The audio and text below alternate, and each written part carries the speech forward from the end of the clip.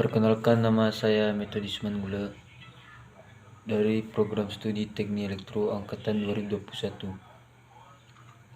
kelas T21A, NIM 2021-01-2036. Pada kali ini saya akan membuat video tentang apa bedanya sistem 1G, 2G, 3G, 4G, dan 5G, dan sistem-sistem alias arsitektur kayak BTS, BSC, dan MSC. Yang pertama-tama dulu saya akan menjelaskan tentang sistem 1G, 2G, 3G, 4G, dan 5G. Adalah standar generasi jaringan seluler yang berbeda-beda, dan masing-masing generasi memiliki kemampuan dan kecepatan yang berbeda untuk mentransfer data dan mengakses internet kepada telekomunikasi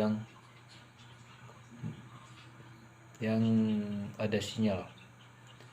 Dan pada penjelasan pertama ini saya akan menjelaskan tentang 1G.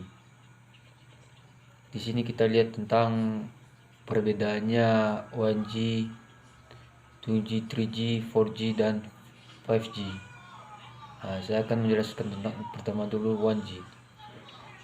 1G atau generasi pertama adalah jaringan seluler analog yang pertama kali diperkenalkan pada tahun 1980-an.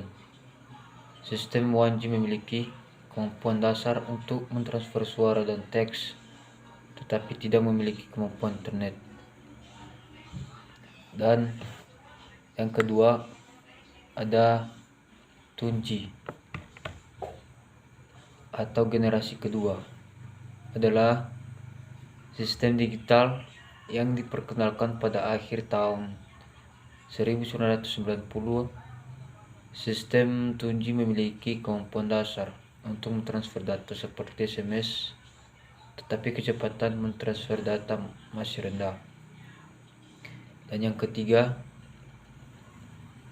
3G atau generasi pada sistem, adalah data seluler yang berfungsi untuk mentransfer data dengan kecepatan yang lebih tinggi dan lebih berbeda-beda dibandingkan dengan sistem 2G. Sistem 3G ini memungkinkan pengguna untuk mengakses internet dan melakukan panggilan video seperti telepon, video call, dan lain sebagainya. Dan yang keempat ada 4G atau generasi yang bisa data lebih tinggi dan canggih, adalah jaringan seluler yang lebih rumit maupun mentransfer data dengan kecepatan yang lebih tinggi dan normal dan lebih stabil. Sistem 4G ini memungkinkan pengguna untuk melakukan streaming, contohnya seperti video, dan mengakses internet dan kecepatan yang lebih tinggi. Ada banyak hal yang bisa kita gunakan pada 4G ini. Pada dimulai tahun 2015 sudah sampai 2000 sekarang. Ada banyak yang memakai 4G, jaringan 4G seperti data yang lebih tinggi, dan ada banyak jarang yang memakai jaring. Dan pada tahun 2023 mulai memperkenalkan tentang 5G. Dan yang kelima 5G atau generasi yang paling baru, adalah jaringan seluler yang paling memiliki kemampuan untuk mentransfer data dengan kecepatan yang sangat tinggi. Sistem 5G memungkinkan pengguna untuk mengakses internet dengan kecepatan yang sangat tinggi, bahkan dalam situasi dengan banyak pengguna. Dan di sini akan ada bagian-bagian arsitektur jaringan seluler, terdiri dari beberapa komponen dan fungsi-fungsi dimulai dari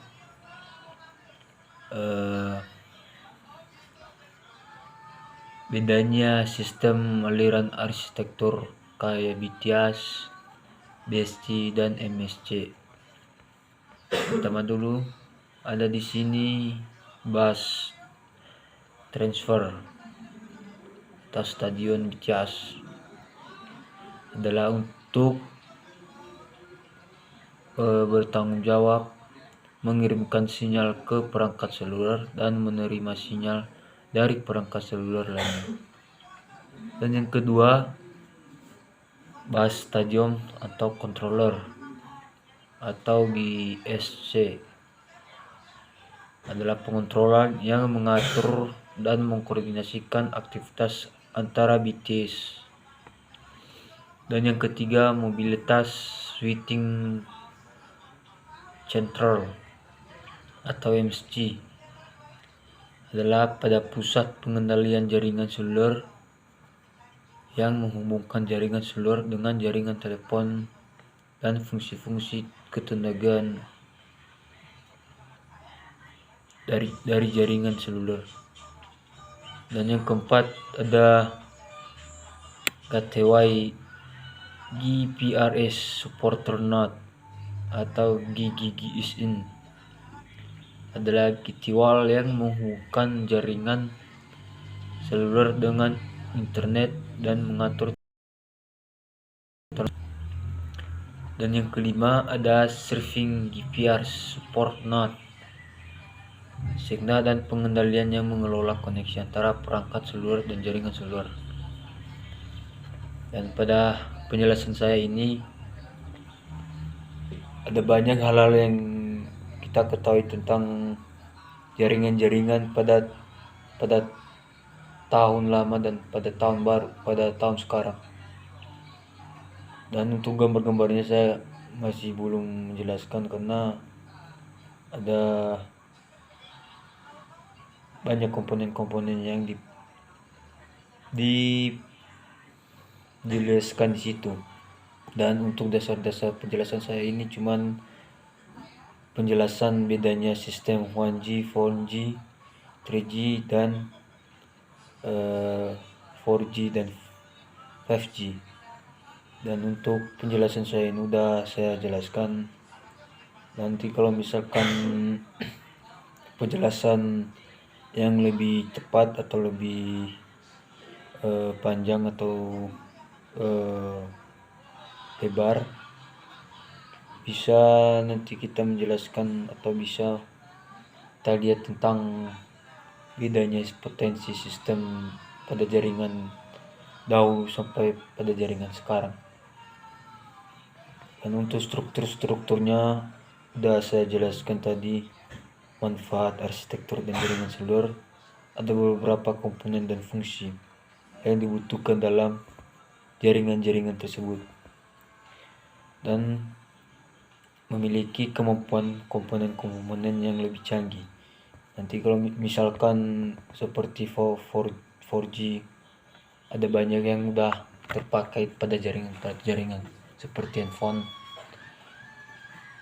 Pada tahun sekarang udah pada rata-rata semua udah pada ada jaringan 4G.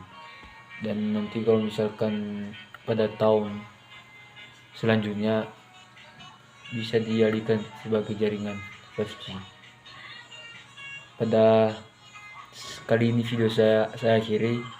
Jika ada kata salah atau ada penjelasan yang kurang tepat, mohon dimaafkan. Saya tutup. Assalamualaikum warahmatullahi wabarakatuh. Terima kasih.